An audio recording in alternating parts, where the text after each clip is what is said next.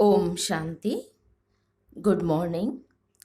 9 अक्टूबर 2020 के ईश्वरीय महावाक्य अर्थात मुरली सुनते हैं।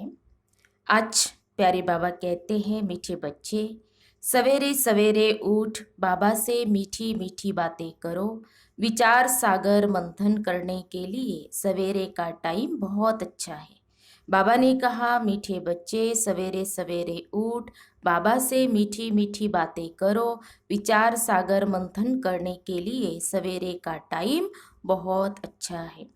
आज की मुरली में प्रश्न है, भक्त भी भगवान को सर्वशक्तिमान कहते हैं और तुम भी, लेकिन दोनों में अंतर क्या है? भक्त भी भगवान को सर्वशक्तिमान कहते हैं और तुम बच्चे भी, लेकिन दोनों में अंतर क्या है? उत्तर है, वह कहते भगवान तो जो चाहे वह कर सकता है, सब कुछ उसके हाथ में है। लेकिन तुम जानते हो, बाबा ने कहा है, मैं भी ड्रामा के बंधन में बांधा हुआ हूँ। ड्रामा सर्वशक्तिमान है। बाप को सर्वशक्तिमान इसलिए कहा जाता क्योंकि उनके पास सर्व को सद्गति देने की शक्ति है। ऐसा राज्य स्थापन करता जिसे कभी कोई छीन नहीं सकता। ओम शांति। किसने कहा? बाबा ने। ओम शांति ये किसने कहा? दादा ने। अब तुम बच्चों ने यह पहचाना है, ऊच तेऊच की महिमा तो बहुत भारी है।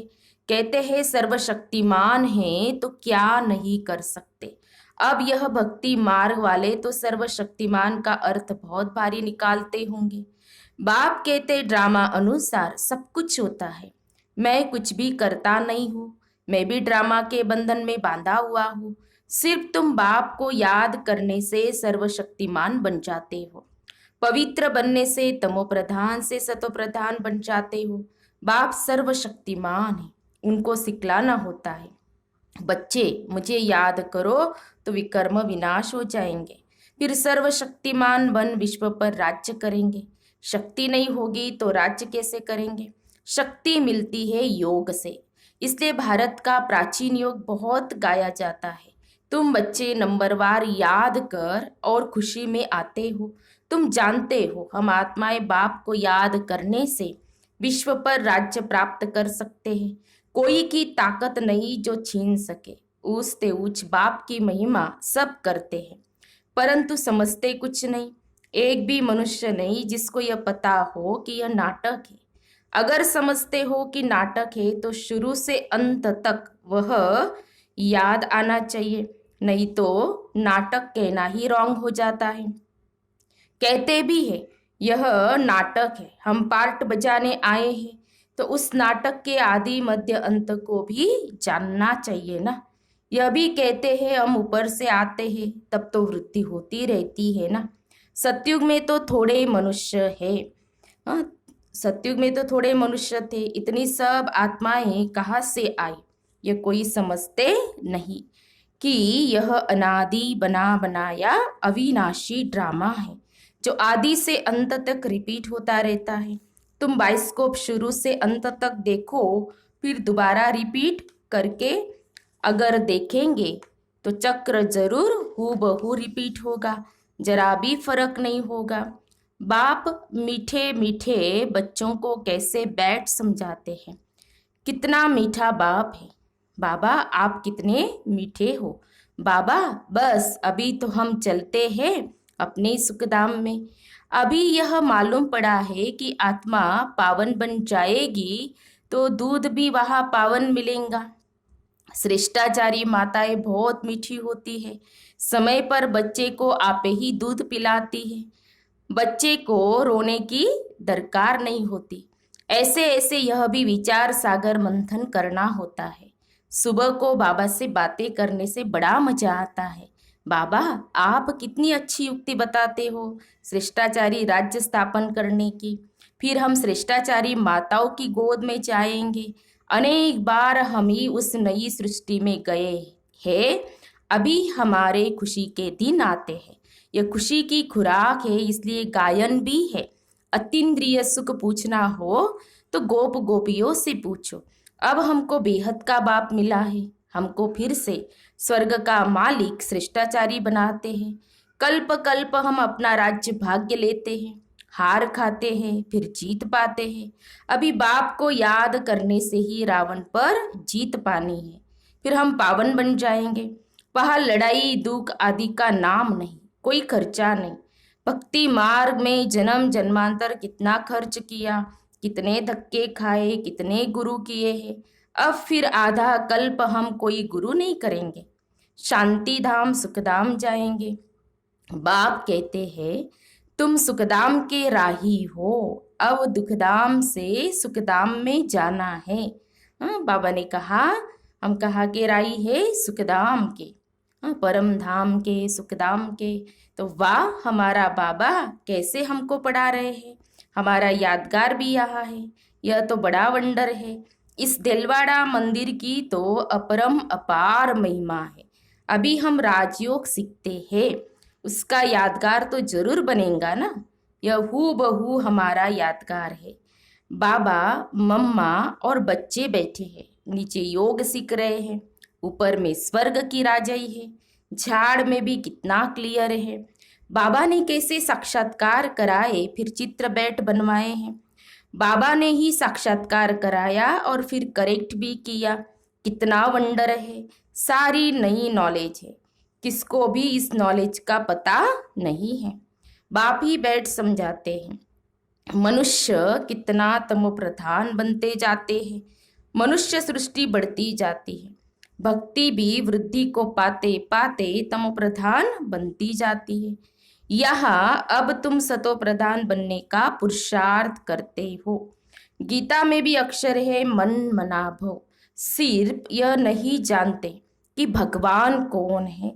अब तुम बच्चों को सवेरे सवेरे उठकर विचार सागर मंथन करना है कि मनुष्यों को भगवान का परिचय कैसे दें। रोज बाबा कहते हैं दैवी कुल की आत्माओं का क्या करो, आह्वान करो। भक्ति में भी मनुष्य सवेरे सवेरे उठकर कोठी में बैठ भक्ति करते हैं, वह भी विचार सागर मंथन हुआ ना। अभी तुमको ज्ञान का तीसरा नेत्र मिलता है। तो बाप तीसरा नेत्र देने की कथा सुनाते हैं। इसको ही फिर तिजरी की कथा कह दिया है। तिजरी की कथा, अमर कथा, सत्यनारायण की कथा भी मशहूर है ना। तो वो जो कथाएं है तिजरी की, अमर कथा, सत्यनारायण की, अगर नहीं सुनी होंगी तो इसी चैनल पर ये कथाएं डाली हुई है, तो सुन लेना। उसका आध्यात्मिक भाव क्या है जो बाबा हम बच्चों को समझाना चाहते, वो भी समझाया हुआ है। तो सुनाने वाला एक ही बाप है जो फिर भक्ति मार्ग में चलती है। ज्ञान से तुम बच्चे साल्वंत बनते हो, इसलिए देवताओं को पदमपति कहते हैं। देवताएं बहुत धनवान पदमपति बनते हैं। कलयुग को भी देखो और सतयुग को भी देखो, रात दिन का फर्क है। सारी दुनिया की सफाई होने में टाइम लगता है ना। यह बेहद की दुनिया है। भारत है ये अविनाशी खंड, यह कभी प्रायलोप होता नहीं। एक ही खंड रहता है आधा कल्प, फिर और खंड इमर्ज होंगे नंबर बार। तुम बच्चों को कितना ज्ञान मिलता है। बोलो वर्ल्ड की हिस्ट्री ज्योग्राफी कैसे चक्र लगाती है, आकर समझो। प्राचीन ऋषि मुनियों का कितना मान है, परंतु वह भी सृष्टि के आदि मध्य अंत को नहीं जानते। वह हठ योगी है। हाँ, बाकी उनमें पवित्रता की ताकत है जिससे भारत को थमाते हैं, नहीं तो भारत पता नहीं क्या हो जाता। मकान को पोची आदि लगाई जाती है ना तो शोभा होती है। भारत महान पवित्र था, अब वही पतित बना है। वहाँ तुम्हारा सुख भी बहुत समय चलता है, तुम्हारे पास बहुत धन रहता है। तुम भारत में ही रहते थे, तुम्हारा राज्य था, कल की बात है। बाबा कहते हैं कि कल की बात है, तुम ऐसी दुनिया में थे। फिर बाद में अन्य धर्म आए हैं, उन्होंने आकर कुछ सुधार कर अपना नाम बाला किया है। अब वह भी सब तमो प्रधान बन गए हैं।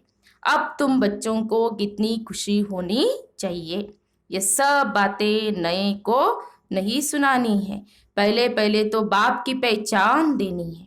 बाप का नाम, रूप, देश, काल जानते हो। बाबा का नाम शिव बाबा है। रूप ज्योति बिंदु स्वरूप है, निराकार है। देश परम धाम है, काल संगम युग है। तो ऊंच ते उच्च बाप का पाठ तो मशहूर होता है ना। अभी तुम जानते हो वह बाप ही हमको डायरेक्शन दे रहे हैं।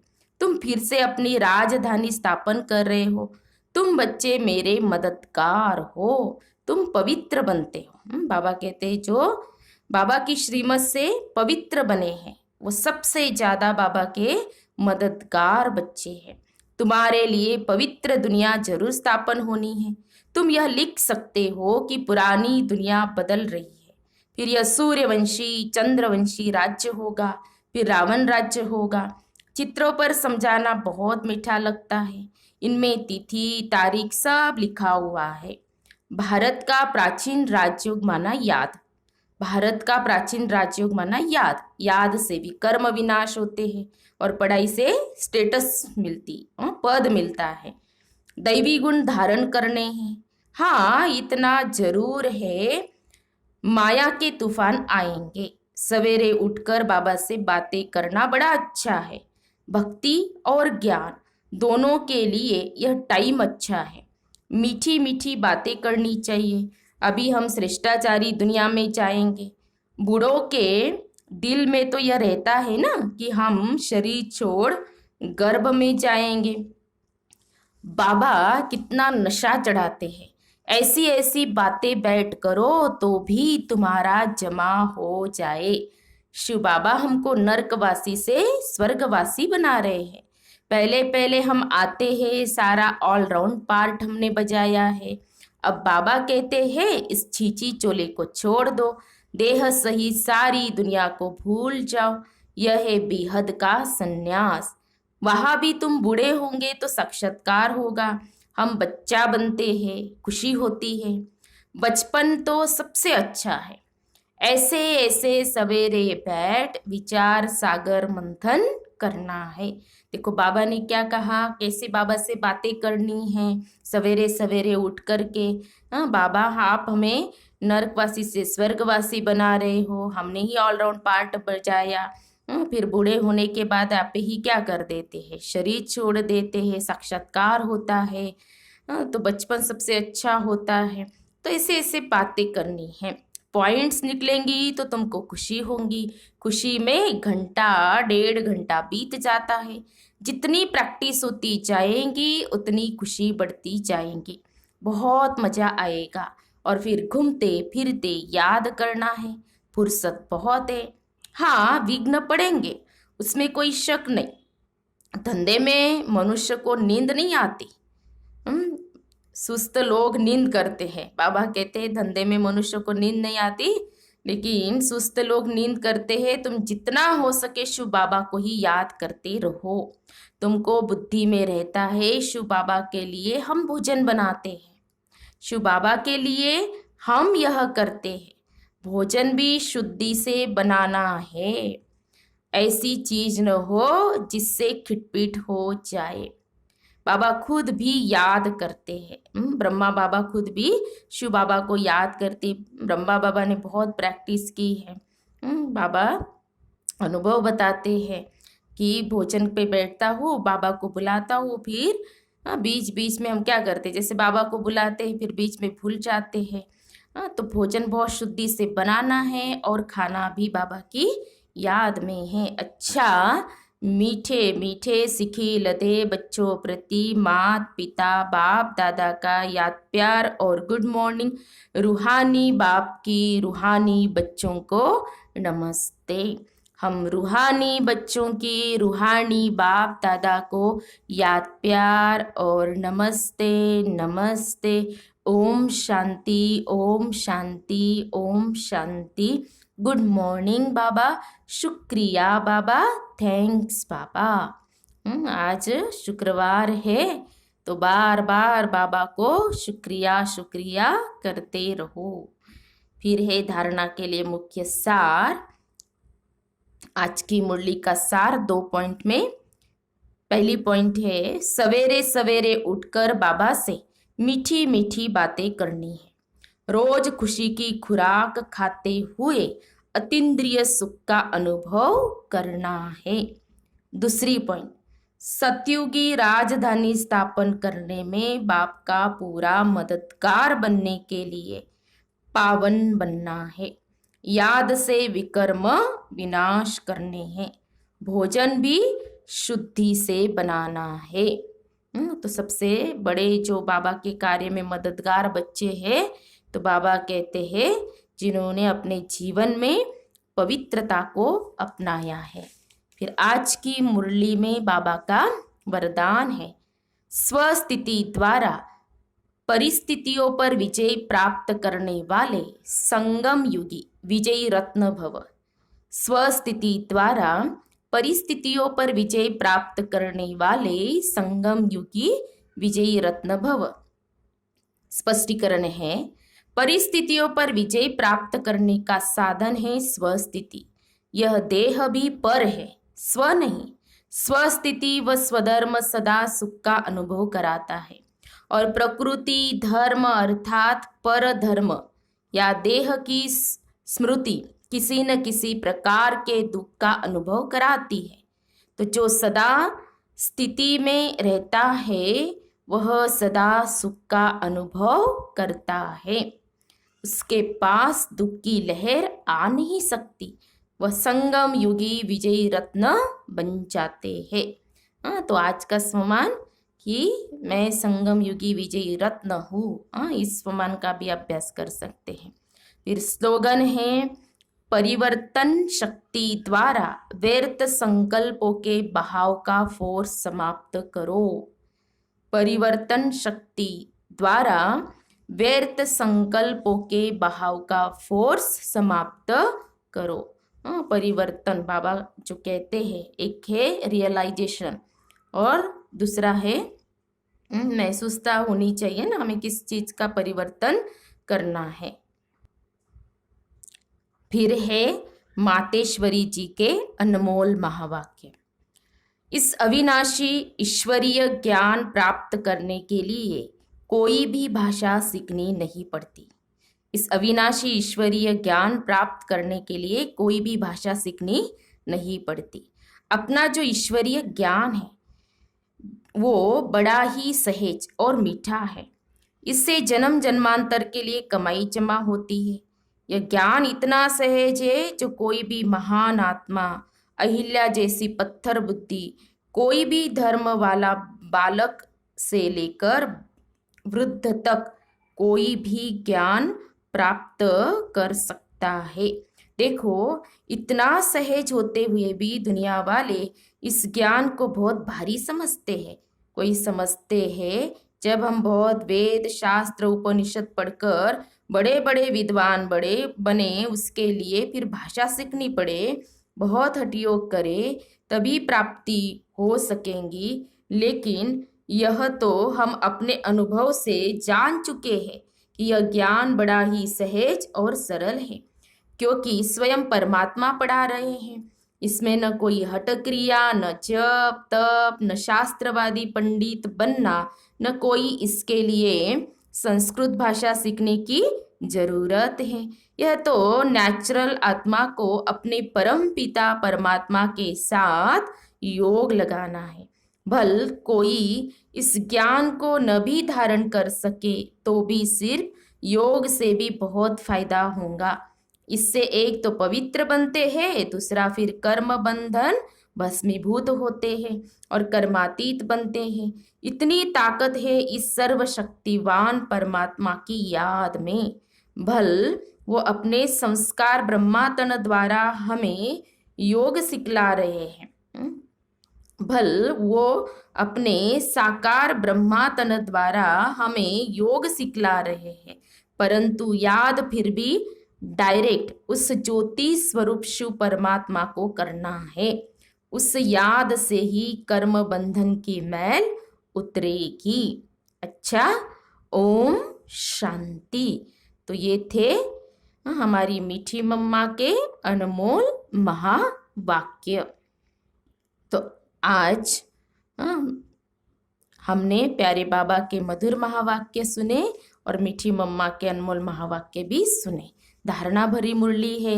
मना सवेरे सवेरे उठ करके बाबा ने कहा बाबा से क्या करो, मीठी मीठी बातें करो, रोज रोज बाबा से शक्ति भरो सवेरे उठ करके, क्योंकि उस समय बाबा भोलानाथ बन करके हमें देने के लिए आते हैं। तो बाबा से बहुत मीठी मीठी रूह रिहान करो। तो आज की मुरली से 5 स्वमान भी जरूर निकालेंगे और उसका अभ्यास करेंगे। और जैसे वरदान में बताया कि मैं विजयी रत्न हूँ, संगम युग विजयी रत्न, उस स्वमान का भी अभ्यास करेंगे। अच्छा, ओम शांति, ओम शांति, ओम शांति।